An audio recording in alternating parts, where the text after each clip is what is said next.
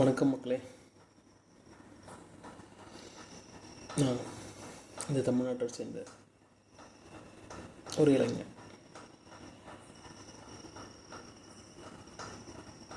எல்லோரும் தூங்கிட்டு இருக்கீங்கன்னு தெரியும். இப்போ மணி சரியாக 12 போகுது. இப்போது இது என்னோடய முதல் வீடியோ. ஸோ மேபி அப்படி இப்படின்னு இருந்தால் கொஞ்சம் சமாளிச்சுக்கோங்க, பொறுத்துக்கும். என்ன அப்படி இந்த டைமில் நீ பேசணும் அப்படின்னு நான் யோசித்தேன் அப்படின்னா, ஒரு முக்கியமான ஒரு டாபிக் ஒன்று போயிட்டுருக்கு. அது என்ன அப்படின்னா, மும்மொழி கொள்கை.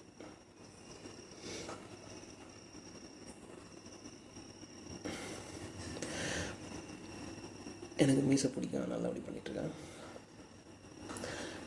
என்ன அப்படின்னா, எல்லோரும் இந்த ஹாட் டாபிக்ஸில் பயங்கரமாக பேசிகிட்ருக்கீங்க. ஸ்க்ரோல் பண்ணால் வருது, யூடியூப் பார்த்தா நிறைய வீடியோஸ் வந்துகிட்டே இருக்குது. ரொம்ப பெரிய ஹாட் டாபிக். ஆனால் இதில் நான் மிஸ் பண்ணுற ஒரே ஒரு பாயிண்ட் ஆஃப் வியூ இப்போ எனக்கு தோணுது, எனக்கு தூங்க விடலை. அது ஏன் இதை பற்றி பேசலை, இல்லை நான் அது சரியாக கவனிக்கலை அப்படின்னு தெரியல. ஆனால் இந்த விஷயத்தை உங்கள்கிட்ட சொல்லணும்னு ஆசைப்பட்டேன். ஒரு 2 to 3 மினிட்ஸ்க்குள்ளே முடிச்சிடுறேன். முதல் விஷயம், இதை பற்றி நான் பேசணுன்னு ஆரம்பித்தது ஒரே ஒரு பாயிண்ட் ஆஃப் வியூ தான். இப்போது நெருக்கடி தமிழ்நாட்டுக்கா இல்லை பாஜகவுக்கா அப்படிங்கிற ஒரு கேள்வி எனக்குள்ளே இருக்குது. ஏன் இந்த கேள்வி அப்படின்னா, நம்ம தமிழ்நாட்டை சார்ந்த தமிழ் மக்களாகிய ஏன் தமிழை பிடிக்கணும் அப்படின்ற ஒரு கேள்வி இருக்குது. ஏன்னா நம்ம தமிழ்நாட்டுக்காரங்க, நம்ம மொழி தாய்மொழி, நம்ம தமிழ் படிக்கிறோம், தமிழ் பேசுகிறோம். அடுத்தடுத்த தலைமுறைக்கு தமிழை கொண்டு போகிறதுக்கான வழியை தேடிட்டுருக்கோம். வழிகள் இருக்க அதை யூஸ் பண்ணிகிட்ருக்கோம். அப்போது முக்கியமான ஒரு பெர்ஸ்பெக்டிவில் நம்ம பார்க்கணுன்னா, ஏன் பாஜக ஆர்எஸ்எஸ்னுடைய கைக்குழியாக இருக்கக்கூடிய பாஜக இதை செய்யணும்னு ஆசைப்பட்றாங்க? ஒரு வடநாட்டு கட்சிக்கு தமிழ்நாட்டில் இதை செய்யணுங்கிறதுக்கான ஒரு நெருக்கடி எங்கேருந்து வருது? இது உண்மையாக அவங்களுக்கு நெருக்கடி தான். ஏன் அப்படின்னு நம்ம யோசிக்கணும். எல்லாருமே பேசிகிட்டு இருக்காங்க, தமிழ் வளர்ந்த மாநிலம், லிட்ரஸி ரேட்டில் நாங்கள் ரொம்ப ஹையில் இருக்கோம், மற்ற ஸ்டேட்ஸை கம்பேர் பண்ணும்போது இந்தியா அப்படின்னு பார்க்கும்போது நாங்கள் ஹையில் இருக்கோம். அதுவே இங்கே தமிழ்நாட்டை சார்ந்தவர்கள் வெளிநாட்டில் போய் பணியாற்றுகிற விகிதமும் அதிகம், அதுவும் உயர் பதவிகளில். உங்களுக்கே தெரியும், நான் சொல்ல வேண்டிய அவசியம் இல்லை. பெப்சிகோவுடைய சிஇஓஸ், அப்புறம் கூகுள், இப்படி ஒரு சில பெரிய நிறுவனங்கள், ஓகேங்களா. மைக்ரோசாஃப்டில் கூட ஒரு நல்ல இடத்துல ஒரு தமிழர் இருக்கார் அப்படின்னு சமீபத்தை நியூஸ்லாம் பார்த்துட்ருந்தோம். அப்புறம் இந்திய அரசாங்கத்தினுடைய நிறுவனங்கள், துறைகள், அதிலெல்லாம் தமிழ்நாட்டில் தமிழ் படித்தவங்க பெரிய இடத்துல ஆளுமையை செலுத்துடுறாங்க. அப்போது இப்படிலாம் இருக்கிற ஒருத்தவங்க ஒரு தமிழ்நாட்டு ஸ்டேட்டில் ஏன் ஹிந்தி படிக்கணுங்கிற கட்டாயத்தை அவங்க கொண்டு வர முயற்சிக்கிறாங்க அப்படின்னு நம்ம யோசித்தோம்னா ஒரு முக்கியமான பார்வை இருக்குது. அது என்ன அப்படின்னு பார்த்தோம்னா, உணர்வு. என்ன முக்கியமான பார்வை? உணர்வு அப்படின்னு சொல்கிறேன்னா, அதுக்கு ஒரு காரணம் இருக்குது. என்ன அப்படின்னு பார்க்குறீங்கன்னா, நம்ம பார்க்குற முதல் விஷயம், நம்ம கேட்குற முதல் விஷயம் எல்லாத்தையும் நம்மளுடைய உணர்வுகள் மூலயமா கொண்டு செல்வோம். முதல் தடவை ஒரு கடலை பார்த்து சிலாகித்து அதோடு நம்ம நேரத்தை செலவிடுவோம்.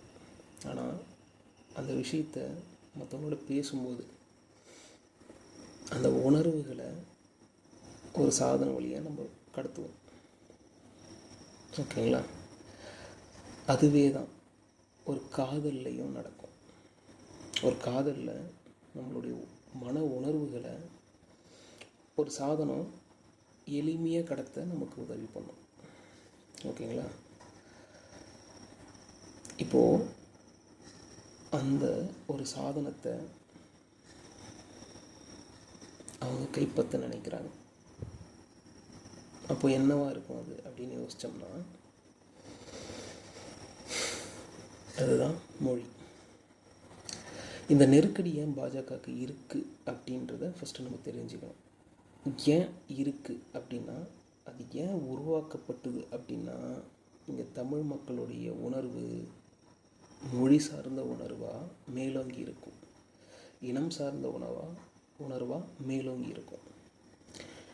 இப்போது ஒரு தமிழ்நாட்டில் இருக்க ஒரு கட்சியால், ஒரு மாநில கட்சியால் ஏன் மறுபடியும் அரசாங்கத்தோட அதிகாரத்தை எடுத்துக்க முடியுது அப்படின்னா, அதுக்கு முதல் காரணம் உணர்வுபூர்வமான மேடை பேச்சுக்கள்.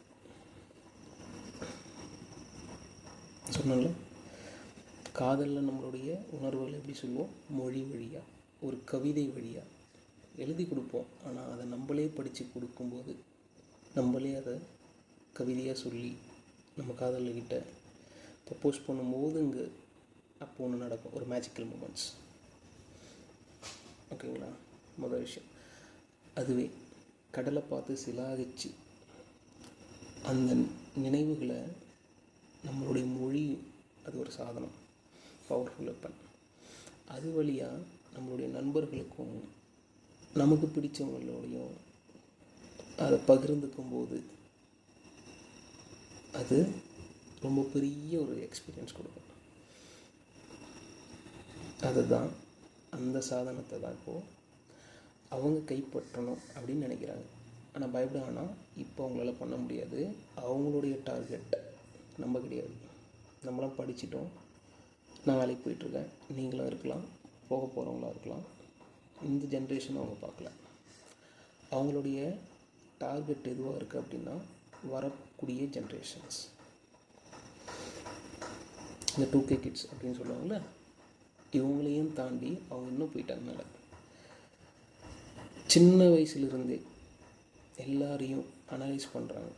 அவங்க இதுக்கு பெரிய பெரிய அனாலிசிஸ் அப்படின்னு சொல்லக்கூடிய ஆய்வுகள் நிறைய இருக்குது.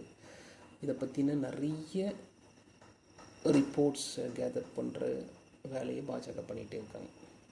ஏன்னா ஒவ்வொரு தலைமுறையிலையும் அவங்களுடைய மத இன உணர்வை, ஜாதி வெறியை எப்படி கடத்தணும் அப்படிங்கிற சைக்கலாஜிக்கல் ஃபேக்டர்ஸை அவங்க ஆராயிறாங்க. அப்புறம் சமூகத்தினுடைய சைக்கலாஜிக்கல் ஃபேக்டர்ஸ் என்ன இருக்குன்னு ஆராயிறாங்க. ஒரு இண்டிவிஜுவலுடைய சைக்கலாஜிக்கல் ஃபேக்டர்ஸும் சமூகத்தினுடைய சைக்கலாஜிக்கல் ஃபேக்டர்ஸும் மாறுபட்டது கிடையாது. ஒரு இண்டிவிஜுவல் 10 இண்டிவிஜுவலோட ஒரே சைக்கலாஜிக்கல் கேரக்டர்ஸ் சொல்லலாம். அவங்களுடைய பேட்டர்ன்ஸ் எல்லாமே ஒரு சமூகத்தில் ஒரு குறிப்பிட்ட தாக்கத்தை கொடுக்கும். ஓகேங்களா? அதை பாஜக இப்போது மும்பரமாக பண்ணிகிட்ருக்காங்க தமிழ்நாட்டில். அவங்களுடைய டார்கெட் வரக்கூடிய ஜென்ரேஷன்ஸ், இனி ஓட்டு போடக்கூடிய ஜென்ரேஷன்ஸ். அவங்களுக்கு ஹிந்தி தெரிஞ்சாகணும், அவங்க ஹிந்தி படித்தாகணும், அவங்க ஹிந்தி பேசி ஆகணும். ஏன் அப்படிங்கிற நெருக்கடி அவங்களுக்கு இருக்குது அப்படின்னா, ஒன்றிய அரசாங்கத்துடைய அமைச்சருடைய பதிவில் இருந்து ஒன்று தெரிஞ்சுக்கணும், அவ்வளவு நெருக்கடிக்கு உள்ளாகி இருக்குது இப்போ பாஜக. அவங்க ஆளலாம் வடநாட்டில், ஆனால் இங்கே தமிழ்நாட்டிலையும் தென் மாநிலங்களையும் அவங்க ஆளுமை செலுத்தணும் அப்படின்னா அவங்களுக்கு மொழி முக்கியமாக தேவைப்படுது. அதுக்கு மும்மொழி கொள்கை முக்கியமாக தேவைப்படுது.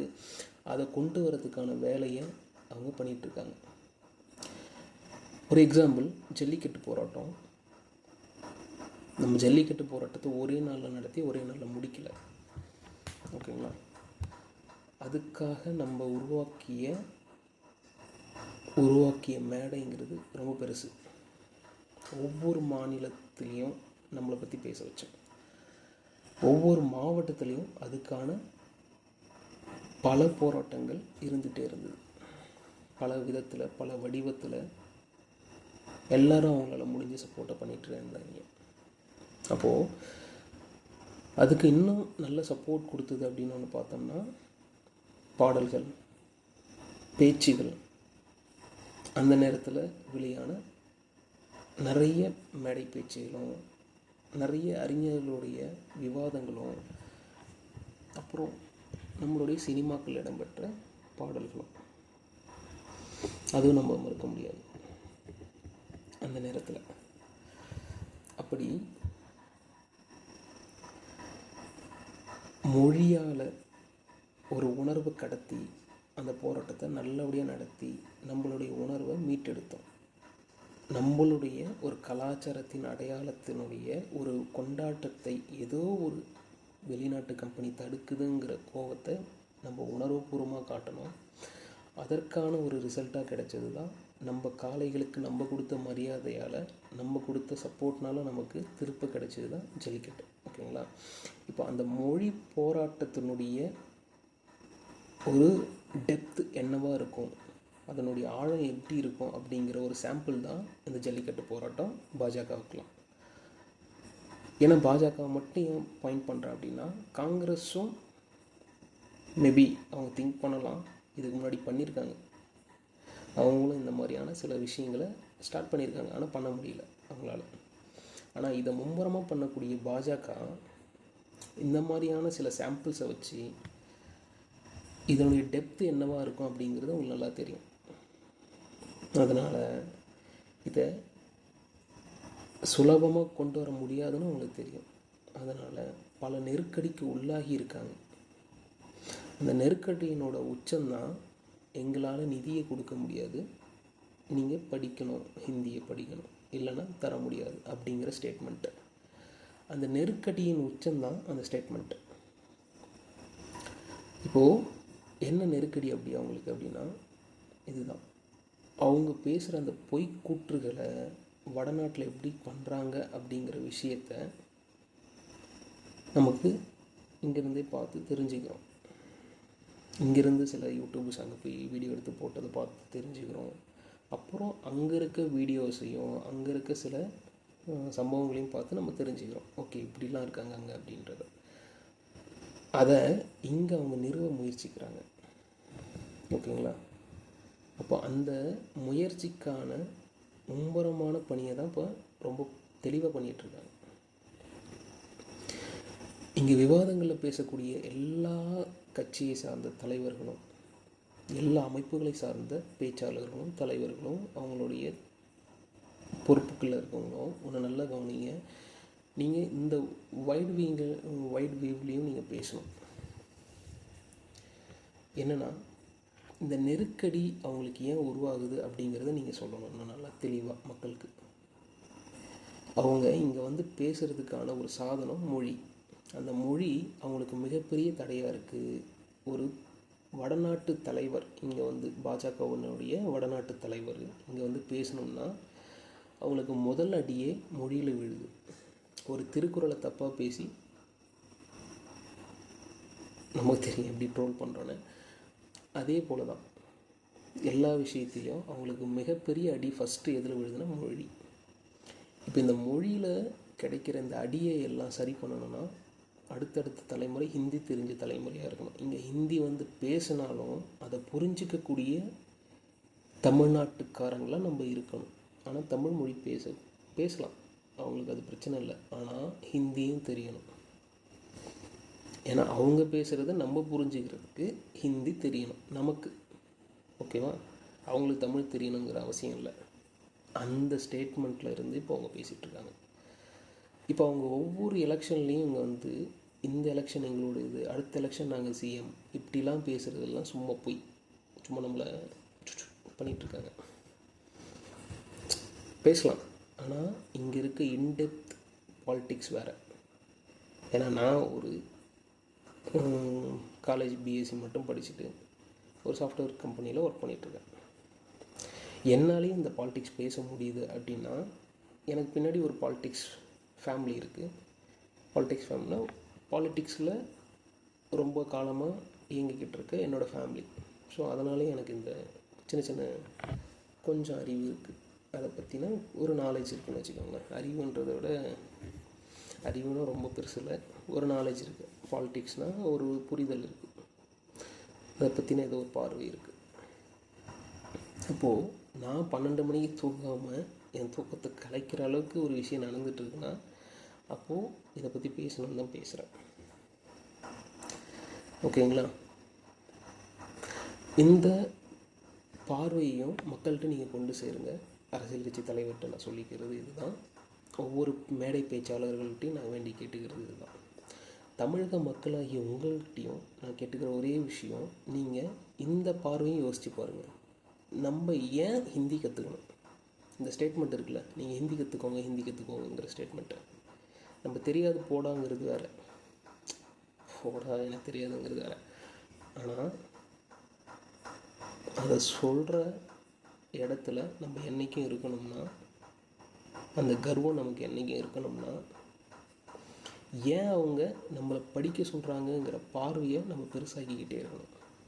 இது என்னுடைய ஒரு சின்ன பார்வை, அதை உங்கள்கிட்ட நான் ஷேர் பண்ணிக்கிறேன். எல்லோரும் ட்ரெண்ட் பண்ணிகிட்ருக்கீங்க, கெட் அவுட் மோடி, ஹிந்தி தெரியாது, இதெல்லாம் ட்ரெண்ட் ஆகிட்டுருக்க சமயத்தில் நான் அமைதியாக தான் இருந்தேன். ஆனால் இதோடைய வீரியம் என்ன அப்படிங்கிறது இந்த ஒரு பெர்ஸ்பெக்டிவில் நான் திங்க் பண்ணும்போது எனக்கு தோணுச்சு. ஏன்னா அந்த காலத்திலிருந்து ஒவ்வொரு மனிதனுடைய உணர்வும் அவனுடைய மொழி வழியாக, அவனுடைய உச்சரிப்பின் வழியாக வெளிவந்துகிட்டே இருந்தது. 10 பேராகிராஃபில் பேசிகிட்டு இருக்க ஒரு விஷயத்தை இப்போ நான் பேசுகிற இந்த மாதிரி ஒரு மொழி வழியாக அவங்கக்கிட்ட ஒரு 10 செகண்ட்லேயோ இல்லை 10 நிமிஷத்துலேயோ பேசி முடிச்சிடலாம். ஸோ அதனுடைய டெப்த்து வேறு, அதனுடைய பவர் அப்படிங்கிறது வேறு. மொழி வழியாக சாதிக்க முடியும். ஒரே ஒரு சின்ன எக்ஸாம்பிள் சொன்னோம்னா, பேசி பேசி வளர்ந்தது திமுக அப்படின்னு ஒரு பழமொழி மாதிரி மாறிடுச்சு. அது பேசி பேசி வளர்ந்தது இயக்கம் எதிராக திமுக. அப்போது அந்த வார்த்தையை சொல்கிறதுக்கான காரணம் ஏன் அப்படி உருவாச்சு அப்படின்னா, அவங்களுடைய உணர்வுபூர்வமான பேச்சுக்கள். ஓகேவா? அந்த காலத்து திமுககாரங்க மேடை ஏறி பேசினா தான் உணர்வுபூர்வமாக இருக்குன்றதான் கிடையாது. ரோட்டில் நின்று, ஒரு டீ கடையில் நின்று அவங்க பேசுகிறது ஒரு உணர்வுபூர்வமான பேச்சாக தான் இருக்கும். ஏன்னா மொழியோட உணர்வையும் தமிழ் இனத்தோட உணர்வையும் அப்படி தூக்கி பிடிச்சி பேசிகிட்டு இருந்தாங்க. ஓகேங்களா? அப்படி பேசி பேசி வளர்ந்த இயக்கம் திமுக இன்றைக்கி ஆண்டாண்டு காலமாக ஆண்டுட்ருக்காங்க அவங்க. ஓகேங்களா? அண்ணா தொடங்கி ஸ்டாலின் அவர்கள் வரைக்கும் வந்தாச்சு. ரொம்ப பெரிய பயணம் இது.